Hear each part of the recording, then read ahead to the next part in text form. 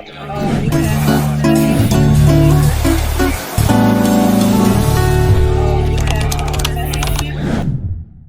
topic naman natin is sales volume or paano mag-calculate na monthly sales ng isang listing or ng isang product or ng isang leasing. Pare-pareho lang yan.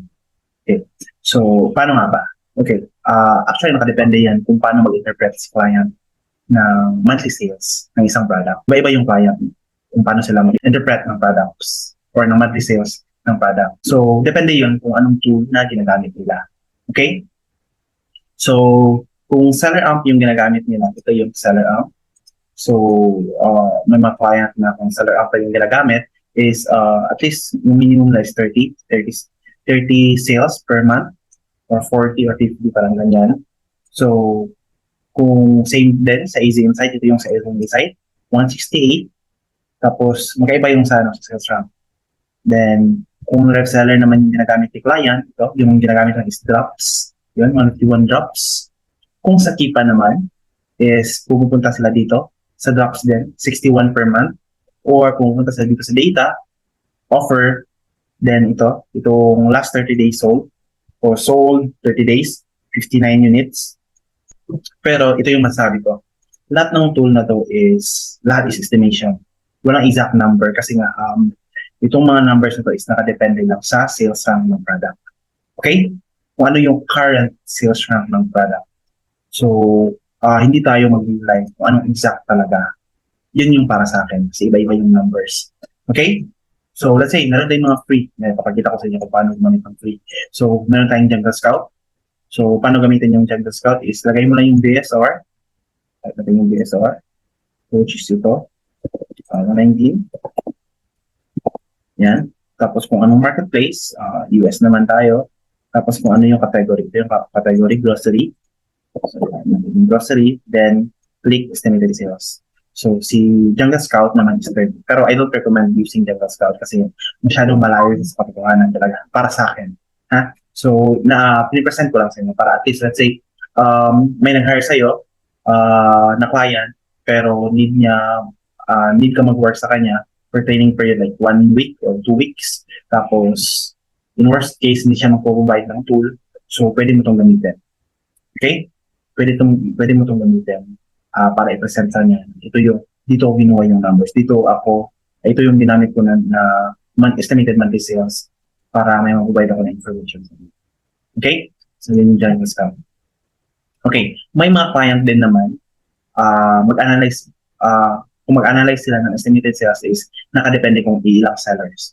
For example, yung gamit nila is seller amp, tapos merong 4 na FBA sellers, so need mo pa i-divide yung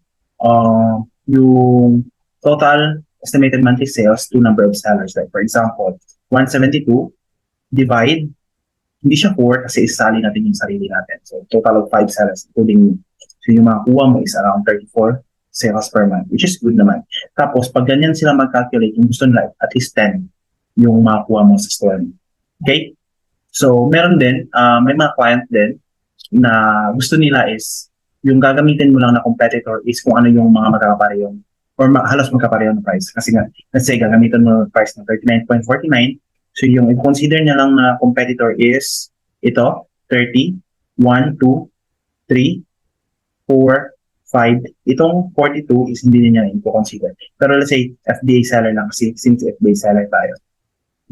Check natin yung FBA seller. So ito, 1, 2, 3, okay, 3 lang. Plus ikaw, 4 lang. So 172 divide 4 is, 43 sales per month yung mga kuha. Okay. Nakadepende talaga sa lang paano mag-calculate. Pero if ako yung mag-decide is, gagamitin ko lang. Hindi ko lang papahirapan yung sarili ko. Like, kung Easy Insight, ito yung gagamitin ko. Kung seller amp, ito yung gagamitin ko.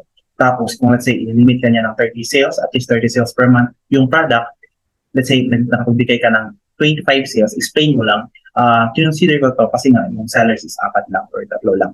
So, even though hindi siya pasok sa criteria natin, pero iniisip ko din na konti lang naman yung competitor natin. So, why not? So, kasi naman, pumasok siya ng 30 estimated monthly sales pero yung seller naman dito is 20.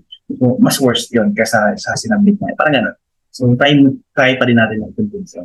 yung client natin. Kasi nga, yung sabi ko sa ibang video ko na yung criteria natin is dapat flexible talaga para wala tayong ma-miss ng mga opportunities ng mga product. Kasi nga, yung mga product na hindi masyadong idealistic sa ibang seller is sila pala yung mga panalong product or mga winning product. Kasi nga, iniwasan ng mga typical sellers or typical na nag-analyze ng mga sellers. Okay? So, yun lang yung sa monthly sales.